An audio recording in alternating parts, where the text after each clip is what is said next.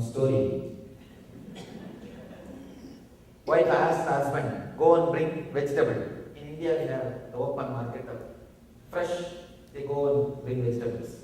This guy goes, brings the lady's finger. She just checks the egg, they will just break the egg and check whether it is ripe or not. She started shouting, it's overripe, why did you bring? Next day this guy goes and brings. Oh, it's too young, it's less ripe, why did you bring this kind of lady's finger?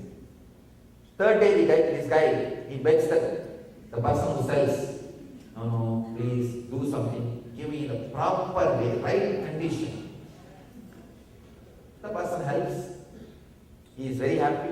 Today he is going to be very successful. He brings the bag and keeps it. She says, fool, 3 days continuously lady's finger.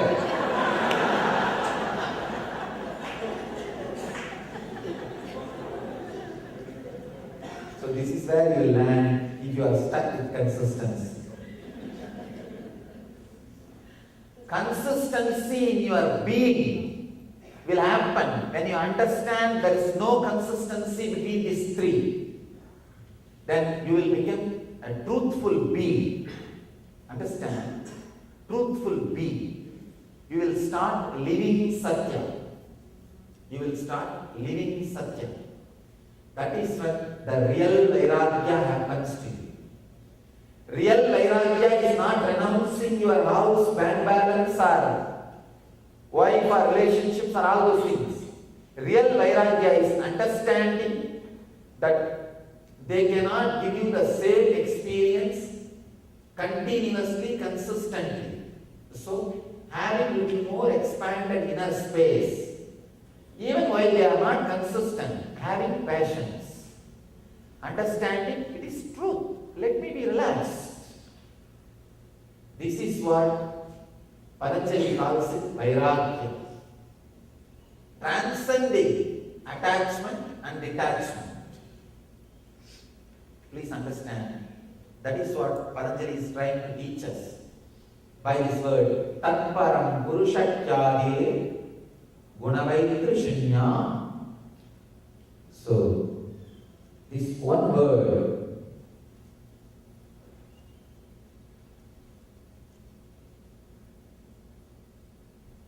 this one truth you will see leads us to the ultimate experience.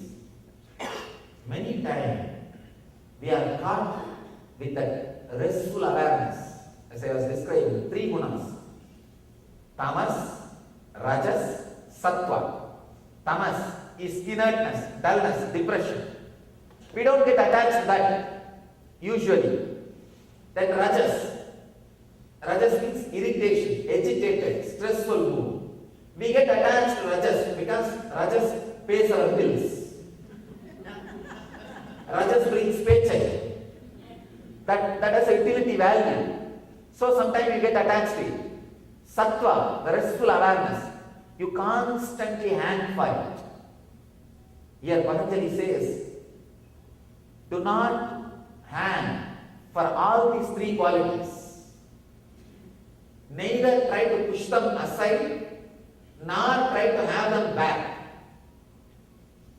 When you constantly try to push depression aside, I have seen these people who read all these kind of books, how to stop worrying, start living, all these kind of these positive thinking books, they have now one more worry, how to stop worrying. At least with worry you have only 10 worries. When you start reading all these books, now you have one more worry, how to stop worrying. So do not try to push aside your depression. Do not try to hold on to your joy. Please understand. Joy, bliss happens to you when you are choiceless. When you choose joy, you are really chosen suffering. See, joy is like if you keep your hands in the water, in the river is flowing. That is bliss. The moment you try to hold tightly, you will have only empty hands. The bliss is flowing inside your being. When you are relaxed, when you try to hold that bliss, then you have only empty being. Do not try to push the depression away. And it cannot stand in your inner space. Everything has to move. By your very nature, you are not attached to any gunas. You can see in your life. You can see in your life. One guy came to me and asked me, Swamiji, I am suffering with fear of death, with fear. Can you give me some solution? Please understand, I am not making fun of you. I am really sympathetic. When I say I am responsible for what I am saying. He came and asked me, Swamiji, I am suffering with so much of fear. Can you give me some solution? I told him, just have a cup of coffee. He said, cup of coffee? How can it solve my problem? I asked him, but how many thoughts can be in your inner space at one moment? He said, only one. Because any number of thoughts, only if this thought moves, next thought can come. If the next thought comes, this will push this thought and set. How many number of thoughts you can have at a time? Fortunately, only one. You cannot have two thoughts at a time. The second thought, even if it comes, it has to push the earlier thought and come and set. Maybe microsecond, millisecond, that is different. But at any given moment, point, you can have only one thought. He said, only one thought.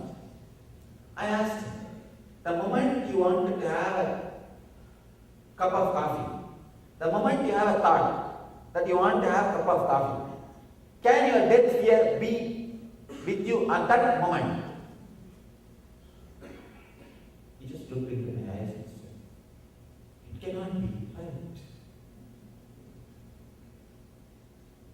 I asked, if somebody can push me out of this seat and sit in this seat, naturally he is more powerful than me. He said, yes, that is true. For example, if you decided to walk, you renounce the thought of sitting. If you decided to sit, you renounce the thought of walking. Only if you renounce the earlier thought, this thought can come. He said, yes. Then, the moment you can have thought, let me have a cup of coffee, the fear of death, the death fear has to move and give way for this thought. He said, yes. It means what? Just the idea, thought, let me have a cup of coffee, is more powerful than your fear of death. He said, it looks very logical. But how can that be so simple? I asked him, come on, listen. Listen slowly and very strongly, clearly. If a thought comes inside your inner space, let me have a cup of coffee. Can your fear of death be simultaneously coexist in that? He said, no, surely not. That moment it has to move on. So naturally, a thought just to have a cup of coffee is more powerful than your fear of death. Yes, if I think, let me have a cup of coffee. This thought comes, and that fear, at least for that moment, is forgotten. He had a big problem. No, it comes back. What to do? I told him, have one more cup of coffee. Understand? Now, all I want you to understand, it's a very subtle point. It's a very deep level of Vedantic truth. I am trying to bring a very deep level of Vedantic truth to our understanding and practical living. Very powerful truth. This truth is, he said, all right, let me have one more cup of coffee. Then again if it comes back, what to do? Understand? All I want you to know, not continuously having a cup of coffee. All I want you to understand, any simple thought can replace any big thought which you think as a big suffering. This proves constantly the thoughts are moving. One person came and asked me, Swamiji, I am suffering with sexual thoughts. I don't know how to control. Give me some solution. I told him, just sit 15 minutes, meditate on those thoughts. 15 minutes, fill your mind with the fantasies. Let me see. That day after 5 minutes, opened eyes and said, Swamiji, my mind is wandering here and there. It's not settling with one thought. He said, what is going on? You only came with a complaint. I am filled with fantasies. And now you say your mind is not able to meditate on fantasies. So understand the basic truth. By your very nature, all these three gunas flows over your being like a breeze. So do not fight with the depression. Do not try to hold on to the joy or peace. Neither try to fight nor try to hold on. Just be very clear. All these things are continuously moving. They can never be consistent on your being. Inconsistency is the only consistent thing. Change is the only unchanging thing. Your being, by its very nature, is pure. Constantly, that is why all these things are moving. Just like in the screen. So many scenes are appearing in the screen, but the screen is never affected, never touched. Understand, the Param Purusha, Tat Param Purusha, the Patanjali, what Patanjali calls the Tat Param Purusha, is a pure screen. If the screen tries to hold on to me, my form, it will struggle because 1 hour I will go away. Somebody else will be sitting and they will be projected, or nobody will be there, it will be empty. So if the screen tries to hold on to my form, it will create suffering for itself. Same way, if the screen does not like me, it is going to be suffering now. Whether it likes me, wants to hold on to me, or does not like, just wanted to get away from me, it is going to create suffering. So you are Tat Param Purusha. You are Tat Param Purusha. You are a consciousness where these three gunas blow like a breeze. Where this inertness, depression, and restlessness, irritation, restful awareness, peace, all these three flows like a breeze individually or mixed way, or all the three in a different proportions. So be very clear.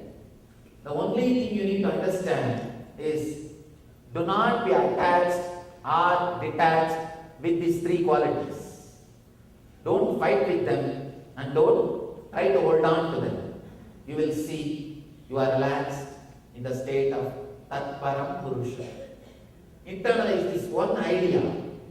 Experienced, experience, and experiencer do not have consistent, responsible relationship. There is no agreement to deliver. There is no expiry date agreement between these three. Please understand, in every agreement below there will be fine print. Same way, in this also there is an agreement, there is a fine print below. The delivery may not be consistent. The same object may not deliver same experience. When you made an agreement with the world, when you took birth, there is a fine print in that agreement you forgot to read. Reminding you that fine print is what Patanjali is trying to do. That homeowners insurance, there will be fine print. The flood is not covered. Same way, here, when you land in the world, you are taught, this brings this experience, this brings this experience. The below fine print, you forgot to read. The experiences with the objects, persons, situations may not be consistent. So I am here to remind you what Patanjali wants you to understand. Let you understand this great truth. And I am repeating the sloka, Sutra once more for you. Tatparam Purusham Purushatyade Gunavaitrishinyam. Withdrawing from desires through the conscious visualization of one's inner space is the higher state of awareness. So, internalize this one idea, understand the inconsistency and the drama happening in your inner space and the outer space. Have enough space to understand. You don't even need to practice this idea. Just understand it is inconsistent. This is the way it will be. Suddenly you will see this understanding will erupt whenever you need it. You need. And whenever you need, this understanding will come up and guide you. Let you all carry this truth, internalize this truth, live this truth, achieve and radiate Jivan Mukti, living enlightenment. Let you all achieve and radiate the eternal bliss, Nithyananda.